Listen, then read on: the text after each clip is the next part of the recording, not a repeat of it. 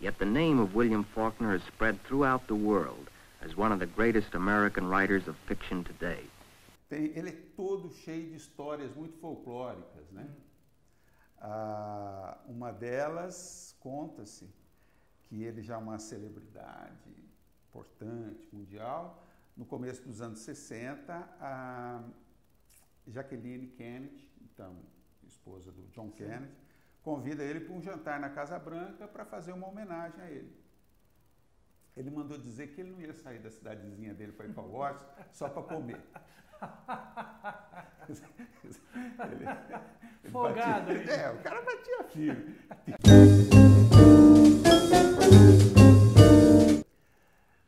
O que você viu um pouquinho agora foi o William Faulkner, um escritor americano, morava na região sul dos Estados Unidos, Mississippi, e o escritor Marco Antônio Fabiani resolveu fazer um livro contando uma ficção de uma visita que ele fez no Brasil em 54, se não me falha a memória. Isso. Ele veio participar de um evento? De um congresso internacional de escritores.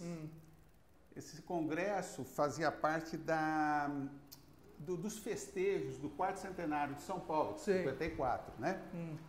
E 54 foi um ano muito simbólico para o Brasil, foi o ano que teve aquela crise política que culminou no suicídio do Vargas, né? Foi o ano que São Paulo se consolidou como a maior cidade brasileira, passou o Rio de Janeiro em número de habitantes, o Brasil vivia um crescimento econômico grande, né? Então era um ano assim. E ele veio para cá, chegou nesse Brasil que ele estava aí. Tinha ganhado o Nobel, né? Em 49. Em 49. Ele era uma celebridade internacional. Ele fazia parte do Departamento de Estado, ele veio como uma espécie de embaixador cultural para fazer uma aproximação dos Estados Unidos com os países da América Latina. Certo. Tanto que o voo que ele chegou em São Paulo foi de Lima, ele estava vindo do Peru, de Lima a São Paulo, e ele desceu e tal. E era uma boa ideia se não fosse o Faulkner esse embaixador cultural. Por quê? Me conta um pouquinho do personagem Faulkner. O Faulkner, ele era uma personalidade extremamente interessante, sabe? Ele era baixinho, tomava muito, bebia bastante. Aliás, tem uma apresentação dele aí no livro que a Marisa Vilela comenta que o Hemingway reclamava que ela tomava e ele empacotava e o Faulkner continuava imbatível. E era encrenqueiro. Que o Hemingway também gostava. Também gostava. Ali parece que ele era valente. Era valente. E ele era encrenqueiro, casca grossa, um sujeito, né? Essa cidadezinha que ele viveu lá no sul, viveu a vida toda lá, uma cidadezinha chamada Oxford, lá no Mississippi, uma cidadezinha que devia ter 10 mil habitantes e tanto, entendeu? E naquilo que se fala do sul profundo, né? Uma região ainda com traços medievais, uma economia rural, com todos os problemas de um período vindo do período da escravidão, que eles não aceitavam a abolição. Só para contextualizar rapidamente, o Faulkner nasceu cerca de 30 anos depois que teve a guerra em que foi feita a abolição da escravatura. E aí tinha uma confusão danada, muita gente inconformada. Inconformada. Na época que foi de 60 a 65, a guerra de 60, depois que eles tomaram e perdeu, ficou o norte, né? Ocupou o sul, aqueles fazendeiros, foi o fim de um ciclo. Quer dizer, os fazendeiros perderam poder, perderam dinheiro, o empobrecimento geral. Muitos deles, aí que começa a marcha para o oeste, que foi uma solução que os Estados Unidos deu, que virou e foi imortalizada em Hollywood, né? Que é o velho oeste que se fala. E parte deles migraram para o México e uma parte significativa veio para o Brasil. Fala-se em 20 mil confederados, que eram esses soldados do sul que vieram para o Brasil. E o outro personagem que dialoga com o Faulkner, que é o garçom do hotel, que serve ele o tempo todo, era um descendente desses confederados que vieram e fundaram uma cidade americana, no estado de São Paulo. E nesse diálogo em que eles se encontram, porque quando eu vi isso, a vinda dele para cá, eu falei, pô, isso dá uma história. Isso dá uma história interessante. E aí, falei, como é que vai? Mas qual é o ponto de contato disso aí? E o ponto de contato é um personagem que falava inglês, que era descendente. E ao falar das suas origens, do seu tempo de onde vieram, as reflexões e a memória daqueles tempos, eles vão criando uma afinidade. E você pode imaginar mais ou menos assim, você imagina um rapaz de 20 anos, está começando a vida, curioso diante de tudo, tinha chegado em São Paulo fazia pouco tempo, se depara numa intimidade com uma estrela maior da literatura, né? E que aí eles vão começando a partilhar suas visões de mundo. É essa a evolução, né? A ideia foi fazer um romance onde você tem uma espécie de rito de passagem, né? Onde esse garçom vai crescendo e vai percebendo a vida e depois vira a vida dele, na verdade. Certo. Né? E o Faulkner é uma figura que é interessantíssima, porque ele é todo cheio de histórias muito folclóricas, né? Uma delas, conta-se que ele já é uma celebridade importante, mundial. No começo dos anos 60, a Jacqueline Kennedy, então esposa do John Kennedy, convida ele para um jantar na Casa Branca para fazer uma homenagem a ele. Ele mandou dizer que ele não ia sair da cidadezinha dele para ir para Washington só para comer. Folgado. O cara batia firme. São muitas histórias dele que tornam ele ele é um personagem, né? Sim. Porque tudo aquilo que ele traz em si, e ele dizia isso mesmo, que ele não era escritor, ele era um fazendeiro do Mississippi, ele escrevia para ganhar uns trocados. Modéstia, né? Modéstia absurda. Ele fez muito roteiro em Hollywood. Mas eu percebo que muita gente que tem muito talento em várias áreas, essas pessoas elas não dão importância que a gente dá a esse talento, porque é meio natural, né? Então, uma pessoa assim, escrever bem não é uma dificuldade.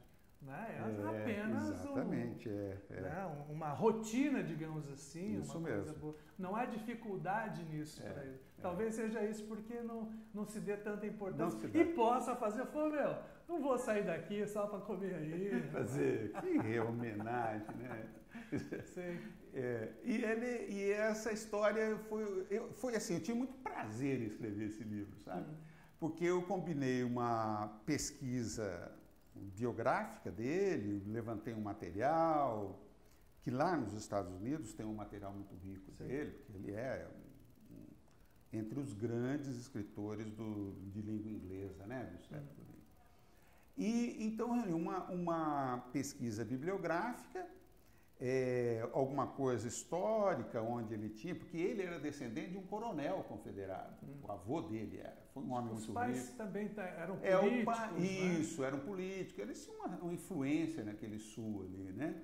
E ele era que ele coloca vários personagens que ele fala muito do velho coronel, que na verdade seria acho que o bisavô dele. Né? E aliás, esse bisavô dele morreu assassinado. Tiveram uma discussão lá no salão, você está com a arma. Esse negócio de arma é muito complicado. Tem gente que defende, mas eu também não concordo também. Eu não concordo. Só serve para uma coisa. Né? E ele consegue, que eu acho que isso é... Primeiro que ele é um autor difícil. Assim, quando reclamaram para ele o que ele tinha a dizer numa entrevista que ele deu, perguntaram para ele: olha, o pessoal reclama que às vezes precisa ler 2, 3 vezes o que você escreve para entender. O que você tem a dizer? Eu falei, leia 4.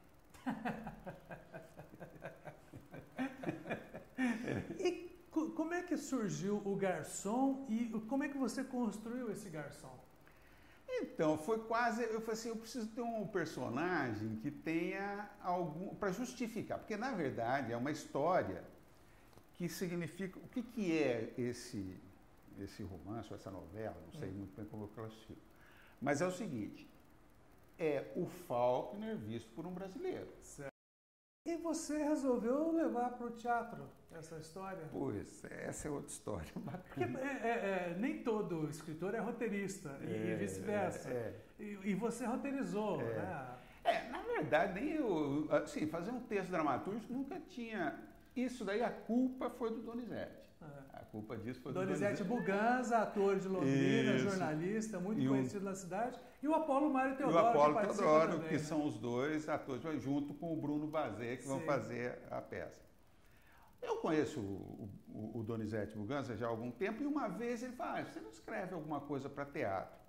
Eu fiquei com aquilo, mas não tinha nada, assim, não... Aí eu peguei e falei, olha, de repente isso aqui pode virar, como é muito diálogo, toda a história centrada em cima desses diálogos, pode virar um texto dramático, né? Aí eu falei com ele, conversei com alguns amigos que faziam isso, eles falaram, olha, você vai lá, tira tudo que você tem de descrição, descarna o seu livro e deixa só diálogo. Em cima disso você trabalha. Falei para ele gostou, falei com o Apolo, eles gostaram, aí a gente começou a fazer leituras em comum, cortando, né? Porque tinha no livro, no romance, você se permite, é isso. Sim. 4 páginas descrevendo uma coisa lá. Os caras falaram, se eu começar a falar isso aqui, daqui um pouco vai estar todo mundo dormindo no fim. Isso aí me lembra quando eu fui ler o Guarani, quando era moleque na escola, eu li umas 20 páginas, não tinha saído da primeira cena, eu desisti. Exatamente isso. Aí a gente sentou, começou a cortar, não, aqui tem bife, aqui tem, foi cortando, mas tá bonito, mas não serve, E aí foi chegando num texto mais enxuto, que dá 1 hora de cena, né, 1 hora de espetáculo. E eu vou dizer uma coisa para você, até vale a pena dizer, Londrina, independente de qualquer coisa, o pessoal apoia os eventos culturais. A gente, nesse projeto, em todas as portas que nós batemos, foi de uma boa vontade impressionante. Que bom. Muito, muito. Que bom. Assim, Ale. Você gostou do resultado da peça? Olha, eu acompanhei essa peça do comecinho, sabe? É lógico, eu sou um cara suspeito, Sim. né? Mas quando você vê, olha, assim, nossa, me tá legal. comoveu. Ah, que demais. Me comoveu. Pelo seguinte, eu conheço o Apolo há muitos anos, conheço o Donizete, já vi muitas peças dos dois, Sim. tá? Mas nessa daí, a interação que eles tiveram, as sugestões do Silvio também, mudam algumas cenas, algumas coisas simples, a marcação e tal, muda tudo. E são 2 atores, como é uma peça com muito texto, ela não é um musical, não é uma coisa, é diálogo, né?